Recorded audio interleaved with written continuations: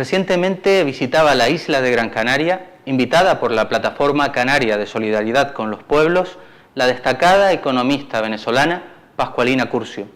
Aprovechando esta visita, conversamos con ella acerca de la guerra económica que sufre el país latinoamericano, sobre las posibles medidas que podría implementar el gobierno de Nicolás Maduro para enfrentar dicha guerra y sobre las perspectivas que se le abren al proceso bolivariano de Venezuela. Buenos días, Pascualina Curcio, usted y bienvenida a Canarias, donde sabemos que va a pasar algunos días. Usted es economista y uno de los temas que ha tratado es precisamente el de la guerra económica contra Venezuela, contra el proceso bolivariano de Venezuela. Pero se conoce poco en España de esta guerra e incluso se dice que es una excusa del gobierno de Nicolás Maduro para justificar todas sus ineficiencias. ¿En qué consiste exactamente la guerra económica? Bueno, buenos días. Agradecer la invitación, para mí es un placer. Sí, bueno, hay quienes no creen que hay una guerra económica, ¿no? Nosotros, empezando por la definición, la guerra económica la entendemos como agresiones contra el pueblo venezolano. No son agresiones contra un gobierno ni contra la economía. Utilizan la economía como medio. ¿Para qué y cuál es el objetivo?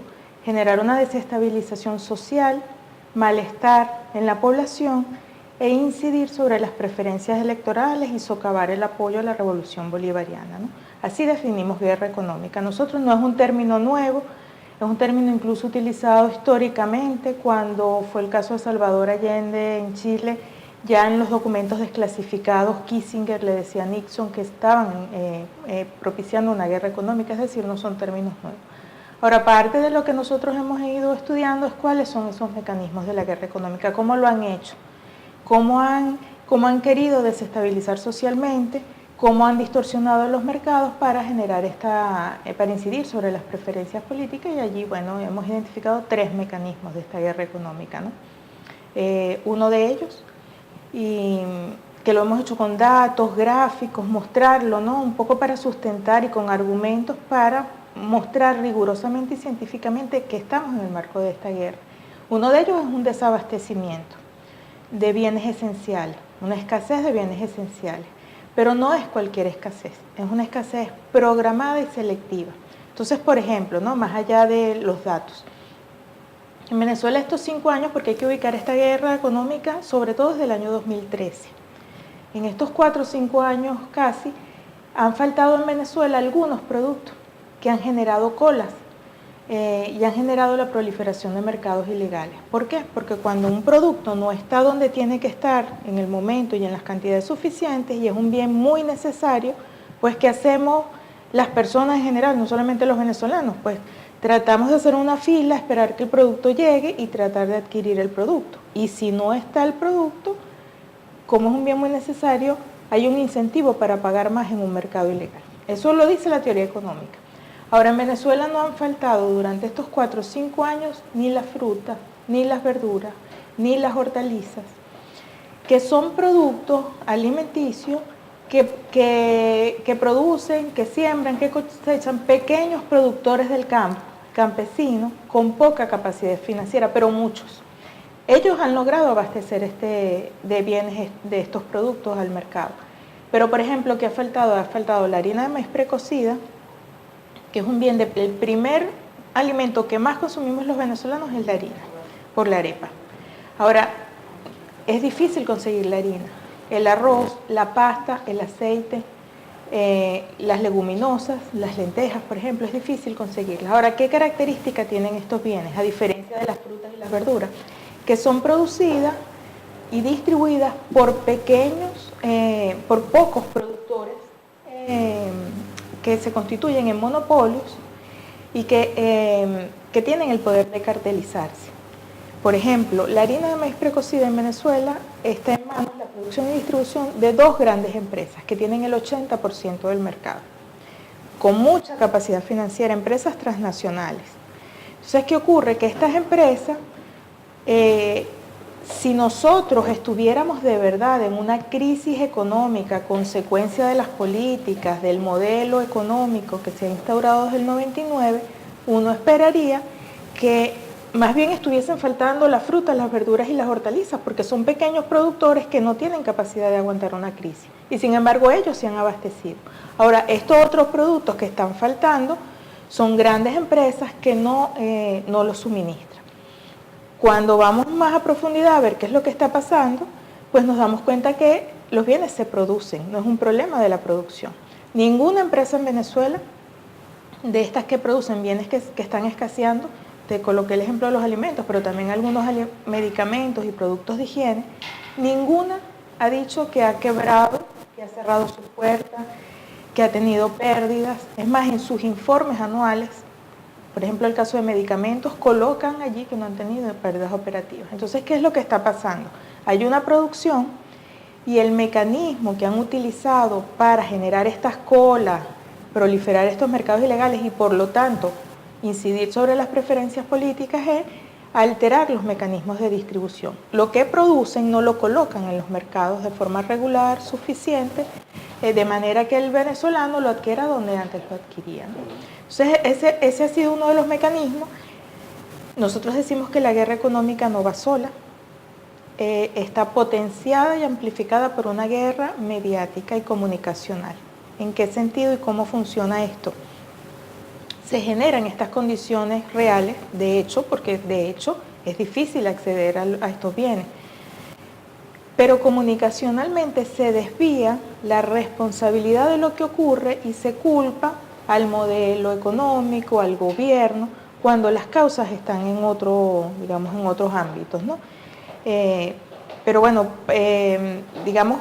sin la guerra mediática, la guerra económica no tendría tanto efecto. Ese como uno de los mecanismos, te comenté que eran varios, este es el del desabastecimiento selectivo, ¿no? Me gustaría preguntarle también sobre otros de los que usted ha estudiado, pero en definitiva lo que plantea, y lo que plantea también en los estudios que hemos podido leer, es que la guerra económica es una cuestión política, no estrictamente técnica, ¿no? Entonces las medidas para enfrentar esa guerra económica, lo lógico es que también sean políticas.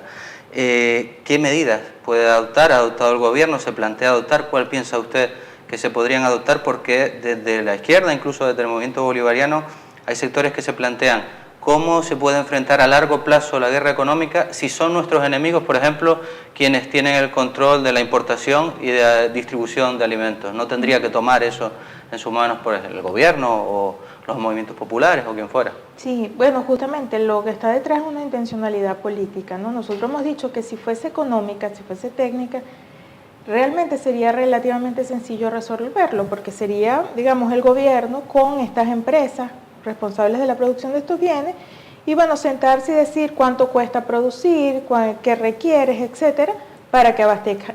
Eso se ha hecho. De hecho, el gobierno se ha sentado durante estos 4 años con las empresas. Sin embargo, y aunque se llegue a acuerdos, pues el producto no aparece, ¿no? No es un problema económico, técnico, de costos, ni mucho menos. ¿Qué ha hecho el gobierno bolivariano? Cuando identifica que el problema no es la producción, sino la distribución, crea los comités locales de abastecimiento y producción. Estos comités locales, desde que nacen, eso fue a inicios del año 2016, son concebidos, es una organización política, ¿no? No es solamente una estructura para distribuir estos bienes. Se basa en la organización popular a través de los consejos comunales y la población ya organizada, digamos, durante estos últimos años, que asume la distribución de estos bienes. Y el gobierno le transfiere el poder para que distribuyan los bienes. Le dice a estas empresas, yo te compro el 50% de tu producción, tú me das tu producción y yo lo voy a distribuir, se lo voy a transferir al pueblo para que lo distribuya. Otro mecanismo es que el gobierno también en el corto plazo, porque esto no es una situación que se resuelve, a corto plazo, por ejemplo, sustituir esa producción, en el corto plazo ha importado alimentos y se los ha transferido a estas organizaciones para que los distribuyan, ¿no? Simultáneamente, otra medida que ha venido implementando es que se crea la gran misión Abastecimiento Soberano y le da a la Fuerza Armada Nacional Bolivariana, que es una fuerza armada que ha sido, leal a la Constitución y al pueblo venezolano, pero en unión cívico-militar, es decir, con el pueblo, también competencias, por ejemplo, para la supervisión de estas empresas, los depósitos de estas empresas, la distribución, y para que esto, digamos, de alguna forma, garantice, por una parte, que llegue en los productos a la población, ¿no? A través del pueblo, pero además a precios subsidiados, es decir, a precios accesibles a la población, ¿no? Esa ha sido parte, en el tema de la alteración de los mecanismos de distribución, ha sido parte de las medidas simultáneamente. Yo te comentaba, comités locales de abastecimiento y producción. Todo lo que ha sido el impulso de la producción a través de las bases, ¿no? De los consejos comunales, pero también lo que se ha denominado la agenda bolivariana de la reactivación de los motores productivos, que bueno, que ya tiene un alcance más a mediano y largo plazo, ¿no? Y eso que le preguntaba se plantea, es decir, se plantea la posibilidad, además de los CLAP como medida gubernamental, o de establecer más controles a los monopolios, porque son monopolios los que controlan esta distribución de alimentos. Se plantea la posibilidad de tomar el control de esta importación y distribución de alimentos, porque, por lo que le decía, a largo plazo parece que puede ser como una guerra de desgaste que te obliga a tomar esas medidas estructurales, digamos.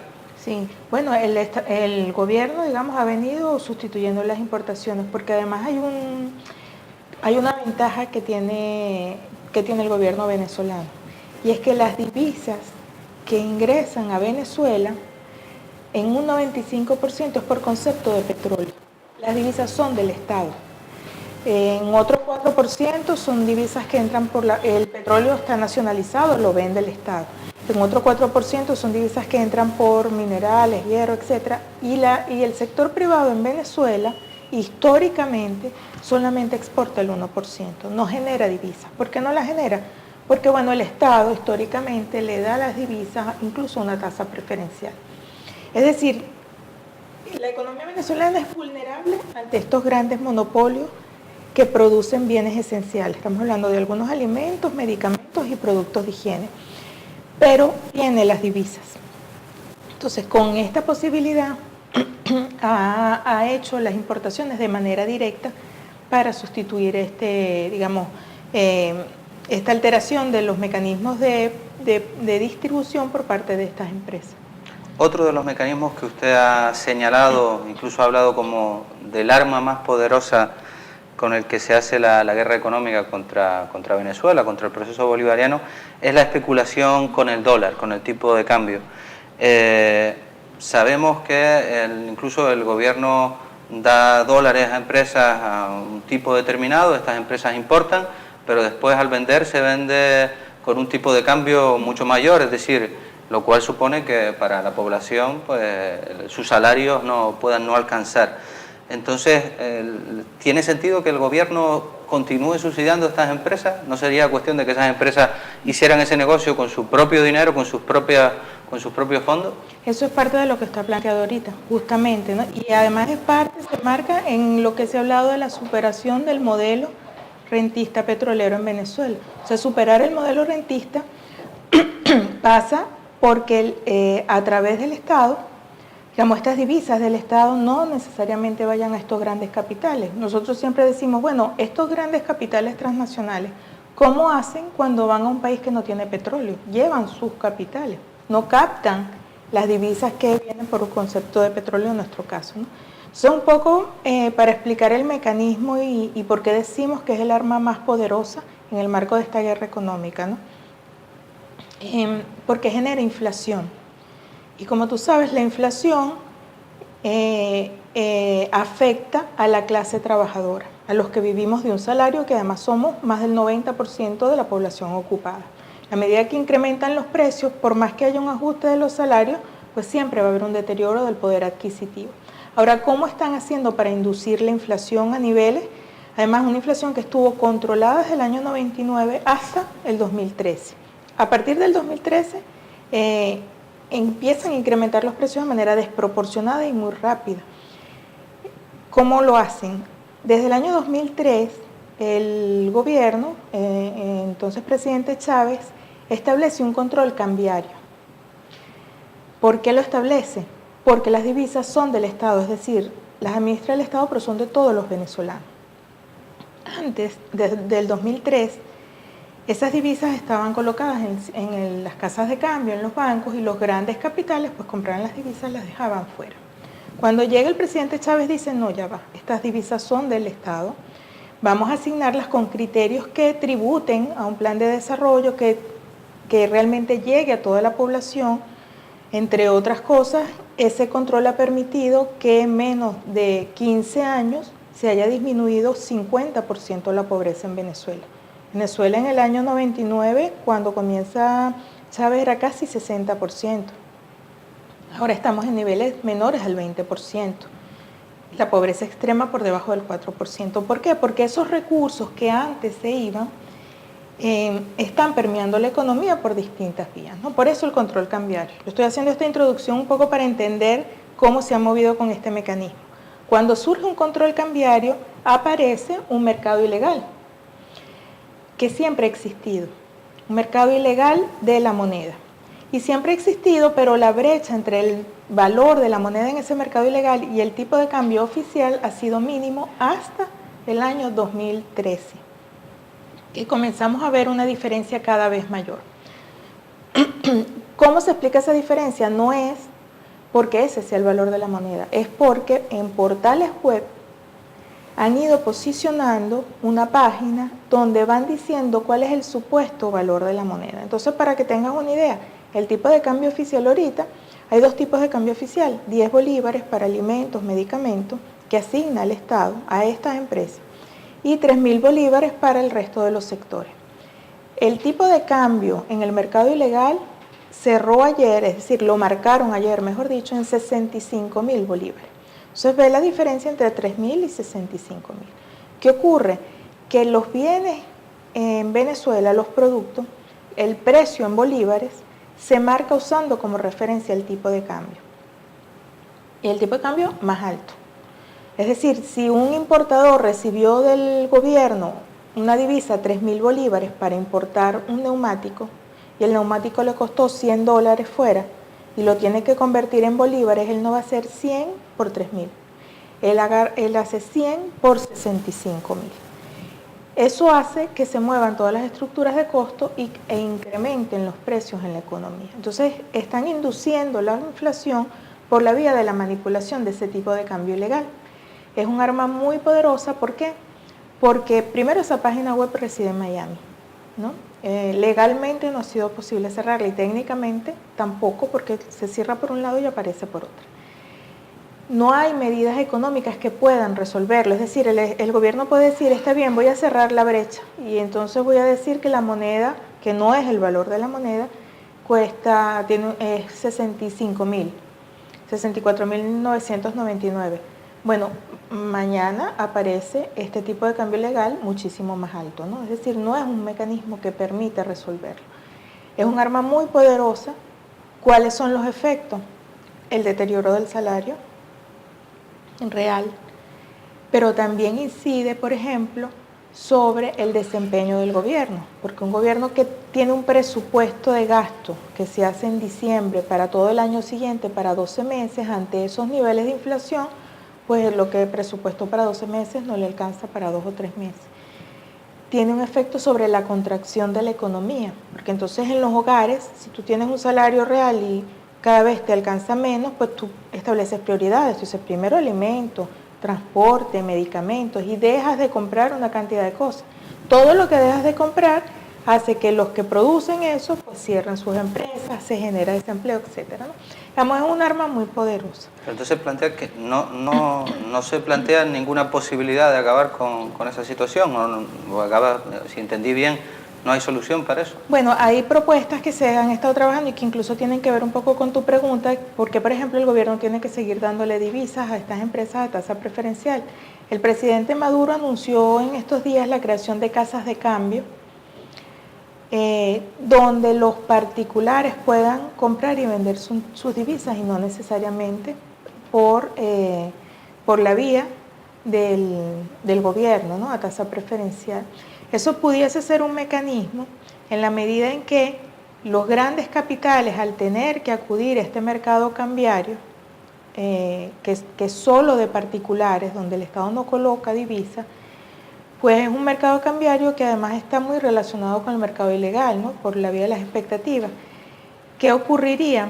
Que serían incluso los grandes capitales los primeros interesados en que el tipo de cambio en esos mercados cambiarios pues no sea tan alto, porque allí deberían comprar sus divisas para la importación, incluso repatriar sus ganancias, porque hasta ahora el Estado, a través del gobierno, le ha dado a las empresas a tasa preferencial las divisas para repatriar sus ganancias.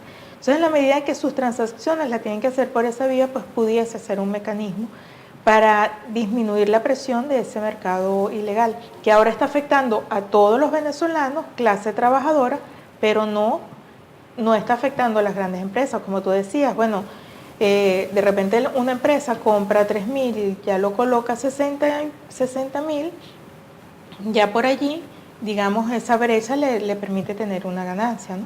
Entonces, por allí va, digamos, de alguna forma las propuestas que se están manejando un poco para evitar esta arma que es netamente política. O sea, el valor de la moneda no es 65.000 bolívares, no tiene nada que ver con las reservas. Otro de los problemas que tiene que enfrentar la economía venezolana, del cual se conoce poco en España, pero que sabemos que preocupa lógicamente al gobierno bolivariano, es el de la deuda, que ha crecido bastante en los últimos tiempos y que puede afectar lógicamente el pago de la deuda tanto a las políticas sociales como a la propia soberanía del país. ¿Cómo se plantea la resolución de este problema del gobierno? Bueno, la deuda en Venezuela alcanza alrededor de unos 100.000 millones de dólares, ¿no? Con una programación de pago hasta el 2038. Tú sabes que en las programaciones de pago, en la medida que vas amortizando capital, va disminuyendo el compromiso anual de deuda. Se ha dicho mucho, por ejemplo, en los medios de comunicación recientemente, bueno, no recientemente, desde hace ya varios meses, que Venezuela va a entrar en default, que este es un país quebrado, que no puede cumplir con sus compromisos, etcétera, etcétera, ¿no? Ahora hay varios asuntos aquí. En primer lugar, el año más difícil de pago en cuanto a cumplimiento de compromisos de deuda fue el año 2016. El año 2016 los compromisos eran 16.000 millones de dólares ese año, el año pasado. Ahora, ¿qué ocurre? Ese fue el año, como tú sabes, el precio del petróleo en Venezuela, yo te decía que el 95% de los ingresos es por petróleo.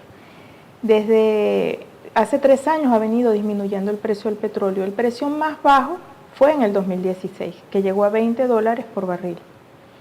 Y coincidió con el año donde había que hacer una mayor erogación del pago de la deuda. Bueno, el año 2016 se cumplió y se honró el compromiso de la deuda de los 16.000 millones, a pesar del bajo precio del petróleo. Además, pues se cubrieron, digamos, los requerimientos por importaciones en el país, ¿no? De aquí en adelante hasta el 2038, las programaciones de pago son mucho menores a las del año 2016. Por ejemplo, este año es alrededor de 10.000 millones de dólares, con un precio y una expectativa de ingresos del petróleo que va al alza, ¿no? Este año ya se ubica a $44 en promedio, el precio del barril está casi cercano a los $60. ¿Qué ocurre? Que las expectativas de aumentos de precios del petróleo son al alza y por otro lado disminuyendo los compromisos. ¿Qué significa eso? Que no es verdad que Venezuela es un país que está en default, que no puede cumplir con sus compromisos de deuda. Venezuela ha pagado en los últimos 4 años 71.000 millones de dólares de deuda. Ha podido cubrir con sus compromisos. Adicionalmente, más allá de las expectativas de ingreso, bueno, Venezuela es la primera reserva mundial de petróleo en el mundo. Es decir, cuenta con un patrimonio y unos activos a través de los recursos importantes. Es decir que es un país quebrado, un país que tiene la primera reserva mundial de petróleo, 300.000 millones de barriles. Es la segunda reserva certificada de oro en el mundo, ¿no? Entonces hay todo un manejo mediático de que es un país totalmente quebrado, cuando realmente no es así. Los dos bienes que te dije, los dos recursos que te dije, pues son fácilmente convertibles en divisas, ¿no? Son productos que muy cotizados a nivel internacional. Entonces este manejo del default no es como lo presentan. El presidente Maduro llamó a una reestructuración de la deuda recientemente De la misma manera como llamó a la reestructuración, también dijo que no es que no podemos pagar, sino es para tener una mayor holgura, sobre todo para cubrir más lo que son los compromisos internos, ¿no?, de políticas sociales. Eso no significa, y yo creo que esto es bien importante mencionarlo, ¿no?, porque también se dice, bueno, Venezuela está pagando, solo está pagando deuda y la gente en Venezuela se está muriendo de hambre o no tiene medicamentos. Entonces, en vez de comprar medicamentos, se está pagando la deuda. Hay aspectos que no se muestran, ¿no? Ciertamente hay dificultad para acceder a los medicamentos y a los alimentos, como un poco la causa en la que habíamos conversado, pero por ejemplo no se dice que en Venezuela los últimos años se han entregado 1.800.000 viviendas, que las ha entregado el gobierno, las construye el gobierno, las entrega a precio subsidiado. El déficit inicial de viviendas era alrededor de 3 millones, hace 4 o 5 años, ¿no? Es decir, se han cumplido los compromisos sociales a pesar de la caída del precio del petróleo, a pesar de las agresiones económicas, a pesar de esta inflación inducida. O, por ejemplo, que se ha contenido de alguna forma los niveles de pobreza proporcionalmente a los niveles de inflación que hemos estado observando. Eso es debido a estas políticas que van sumando políticas sociales, por ejemplo, mantener el subsidio, que es una política social, mantener el subsidio de los servicios básicos como electricidad, agua, gas, por ejemplo, el tema viviendas, el tema del subsidio de alimentos a través de los comités locales de abastecimiento y producción. No se ha cerrado ninguna escuela, no se ha cerrado ningún hospital, más allá del problema de medicamentos, que quizás vale la pena tocar un poquito el tema de medicamentos, ¿no? Es decir, se ha honrado el pago de la deuda, pero no se ha descuidado de alguna forma lo que tiene que ver con las políticas sociales, más allá de esas dificultades puntuales. Para que tengas una idea, a pesar de toda esta situación, en el año 2016, enero de 2016, la tasa de desocupación en Venezuela cerró en 6,6%. 6,6% para los venezolanos es una tasa de casi pleno empleo. Tú dirás, bueno, pero cayó el precio del petróleo que determina la actividad económica. La producción medida por el Producto Interno Bruto en Venezuela ha caído en los últimos años. Sí ha caído porque ha caído el precio del petróleo. No en niveles proporcionales que expliquen las colas ni que expliquen la inflación. La causa está en otro lado.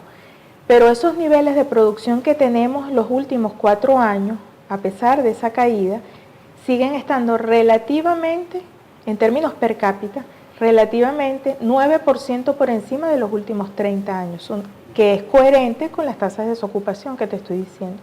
Ahora, cayó la producción privada, pero el sector público aumentó. Aumentó a través de la misión vivienda, la construcción, se han mantenido las obras públicas, un poco, no solo como política social, sino también como mecanismo para reactivar la economía. Entonces todo este discurso, regresando a lo de la deuda, digamos, Venezuela es un país que posicionar y que es parte de este juego también de la guerra económica, mediática, del bloqueo financiero que fue formalizado el 25 de agosto con la orden ejecutiva, pero que ya venía de forma encubierta, manipulación del índice de riesgo financiero del país. Somos el país, según estas calificadoras, con mayor riesgo financiero en el mundo, como que si estuviésemos en una guerra armada, ¿no? Cuando tú lo vas a contrastar con el patrimonio y los activos en recursos naturales en Venezuela, con las expectativas de ingresos seguros en Venezuela, digamos, no hay ninguna correspondencia, ¿no?